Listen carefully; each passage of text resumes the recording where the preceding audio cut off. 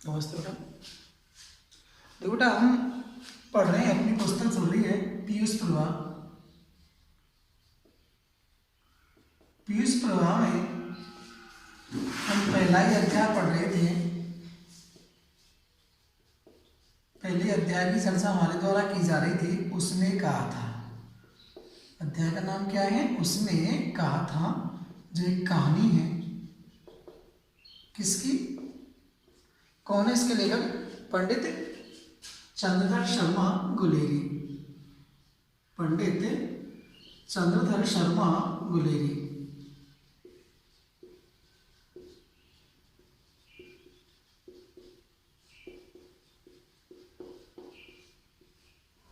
पंडित चंद्रधर शर्मा गुलेरी।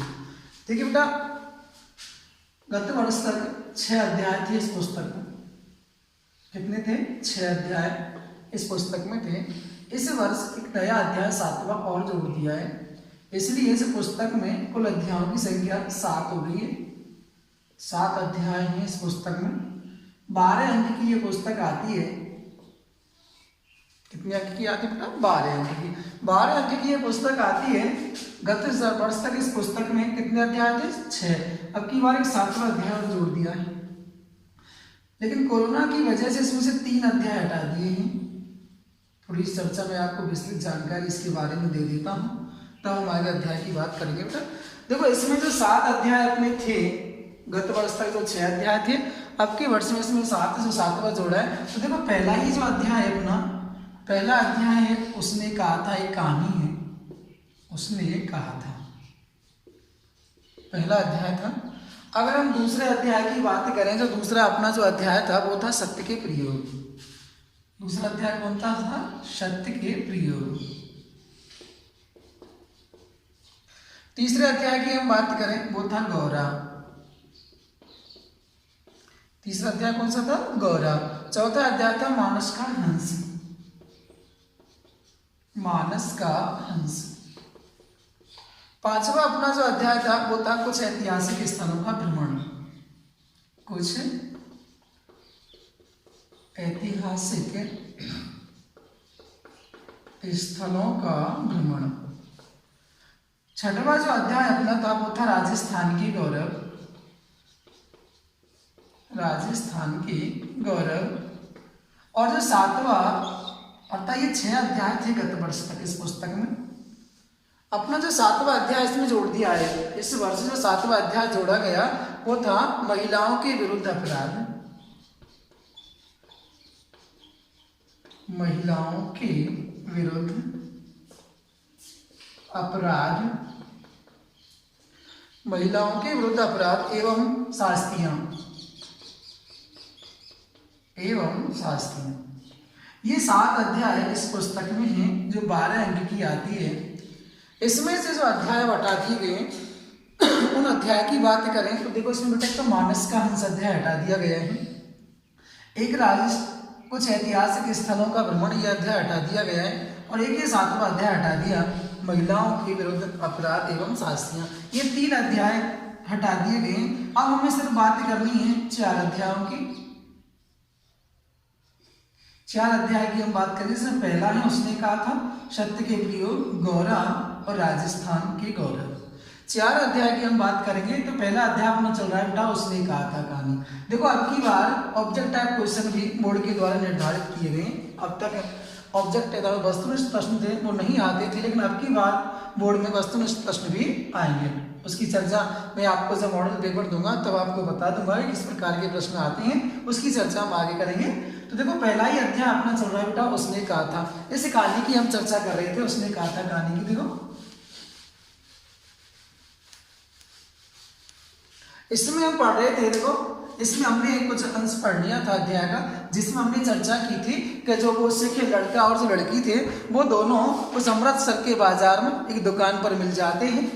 और वहाँ पर उनमें चर्चा चलती है। वो जो लड़का है वो उस लड़की से उसका परिचय पूछता है, तो कहाँ की रहने वाली है, कौन से गांव की रहने वाली है। उसने कहा मैं मगरे की रहने वाली हूँ।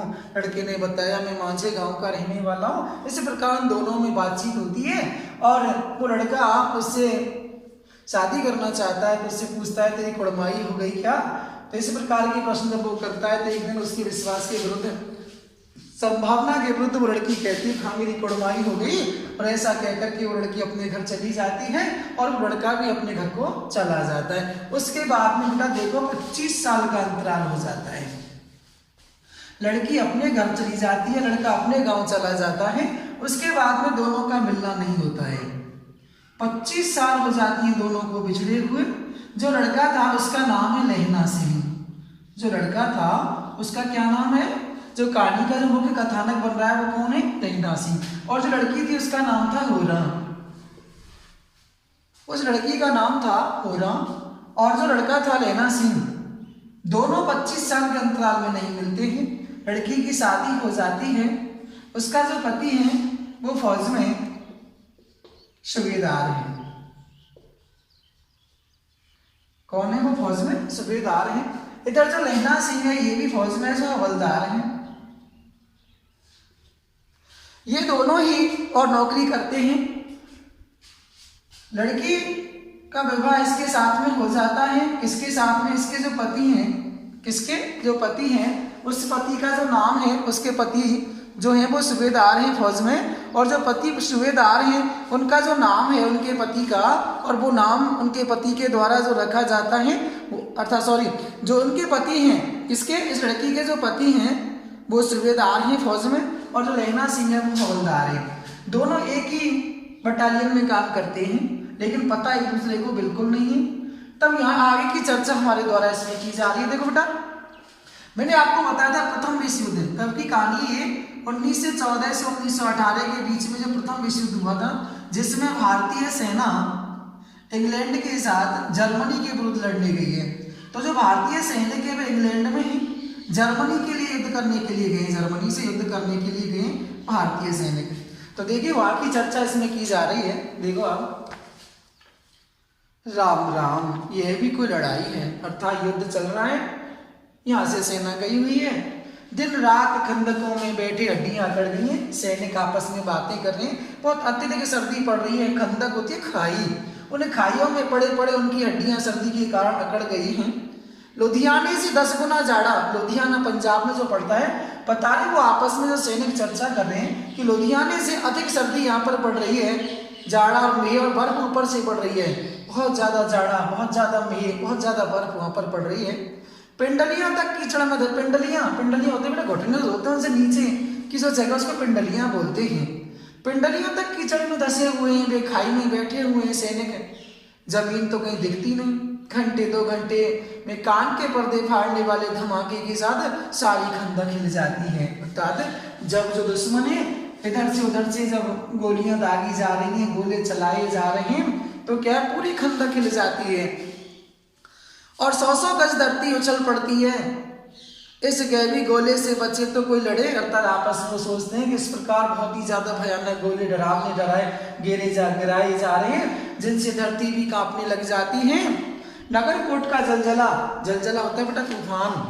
जलजला तो सुना था कि नगरकोट में एक बार जो तूफान आया था वह तो सुन रखा था, लेकिन यहाँ तो दिन भर में कोई 25 जलजले होते हैं। एक सैनिक कहता है कि यहाँ तो नगरकोट का जो तूफान आया था बहुत ज्यादा भयंकर था, उसकी चर्चा बहुत ज्यादा थी, लेकिन यहाँ तो ऐसे नगरकोट के जैसे तो दिन भर में 25 तूफान बवंडर आ जाते हैं। जो कई खंडक से बाहर साफा या कौनी निकल गई, साफा जो फेंटा जरूर बांधा जाता है सिखों के द्वारा, साफा या कौनी निकल गई तो चटाक से गोली लगती है। ना मालूम बेईमान मिट्टी में लेटे हुए हैं या घास की पत्तियों में छिपे हुए, अर्थात दुश्मन का कोई पता नहीं, जाने घास की पत्तियों में ही छुपा हुआ है या कहीं घास में लेटा हुआ है, दिखाई नहीं देता है। लहना सिंह और 3 दिन है, 4 तो खंदक में बिता ही दिए।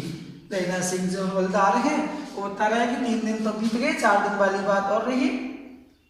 3 दिन की बात है, परसों रिलीव, परसों छुट्टी हो जाएगी और फिर 7 दिन की छुट्टी अपने हाथों झटका करेंगे। तब वो कहते हैं कि घर जाएंगे और झटका करना, एक तरह से ऐसे मानो मांस का सेवन करना, मुर्गा काटना, पेट भरकर खाकर सोते रहेंगे उसी फिरंगी में इनके बाग में, फिरंगी अंग्रेजी में इनके बाग में जाएंगे।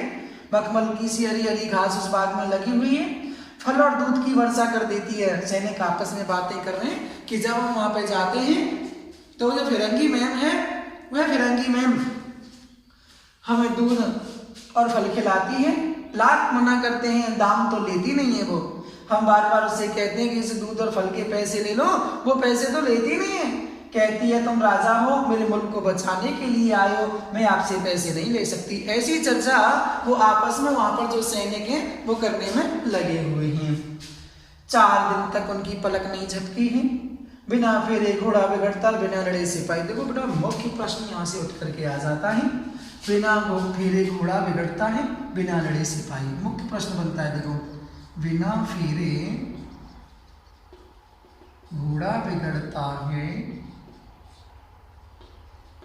बिना लड़े सिपाही। तो यहां से प्रश्न बन जाता है,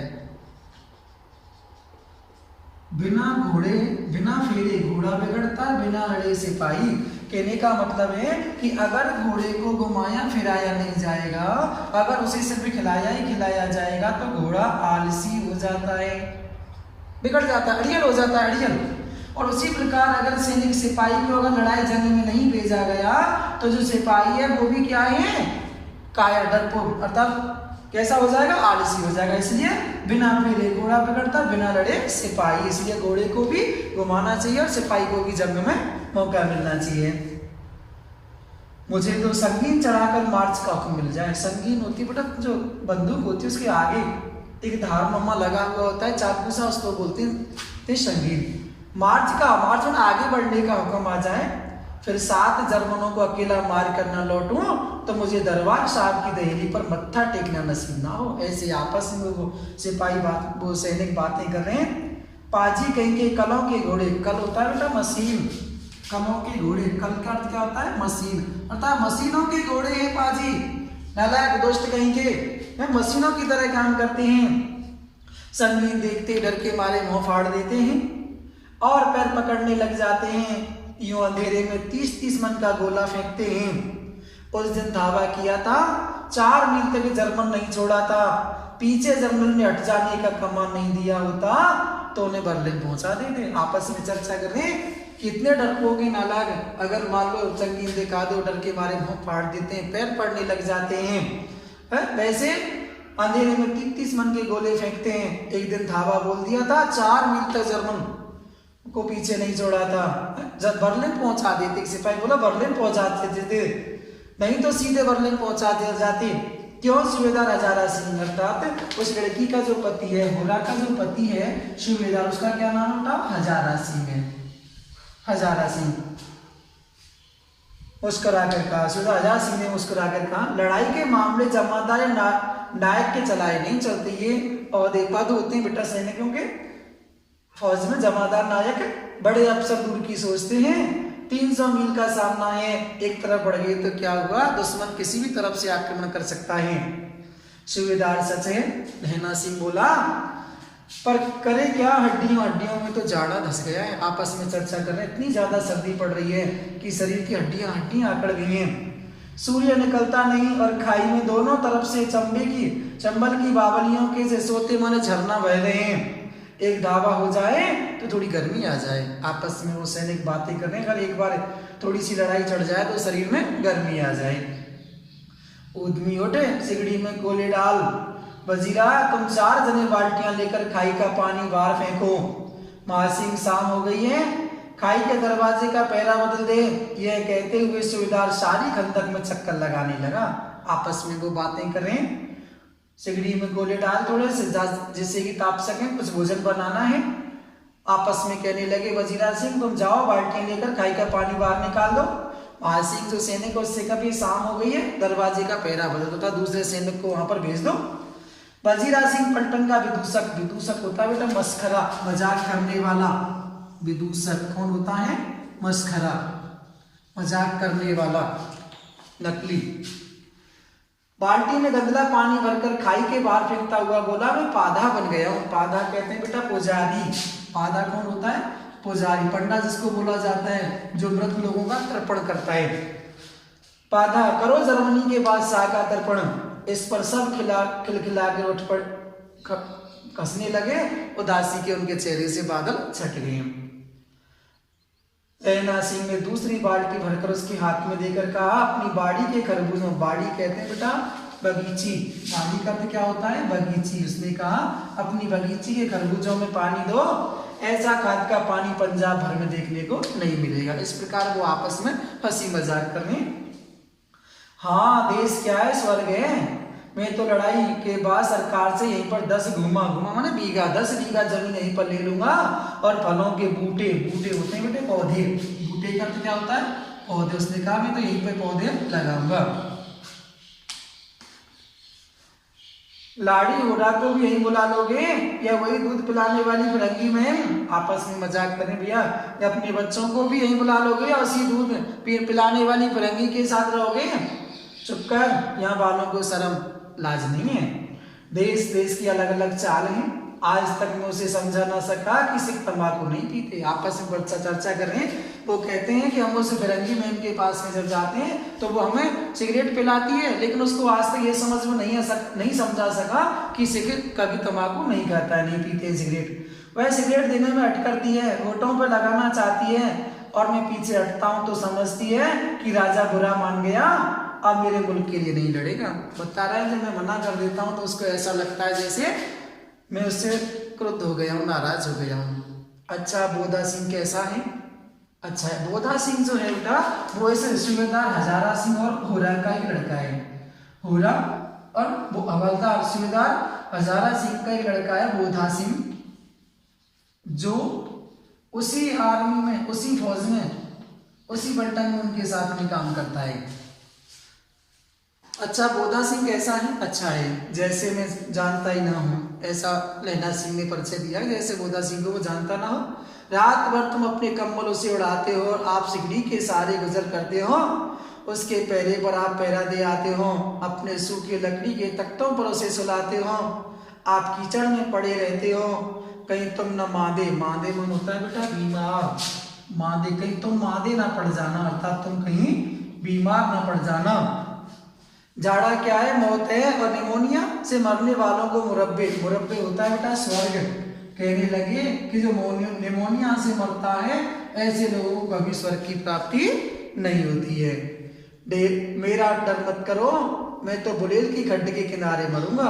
अर्थात वहाँ पंजाब में स्थान है बुलेर होता ना, तो उसकी पास में से खड्डे में जाकर के मरूंगा। भाई कीरा सिंह की गोदी पर मेरा सिर होगा और मेरे हाथ के लगाए हुए आंगन के आम के पेड़ की छाया मेरे लिए होगी।